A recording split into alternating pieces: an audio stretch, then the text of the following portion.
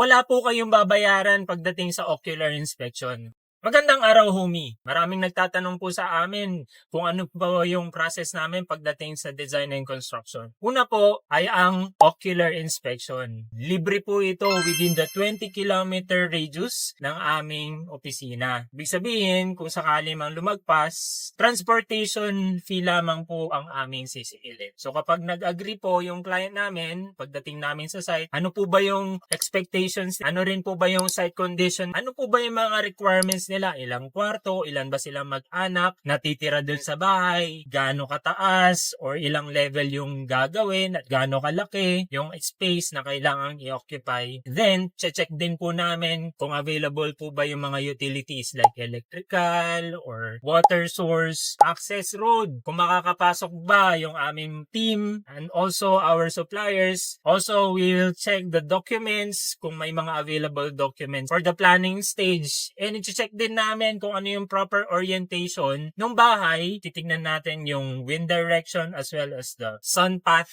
para at least kapag ginawa yung bahay, akma yun sa mismong location nila.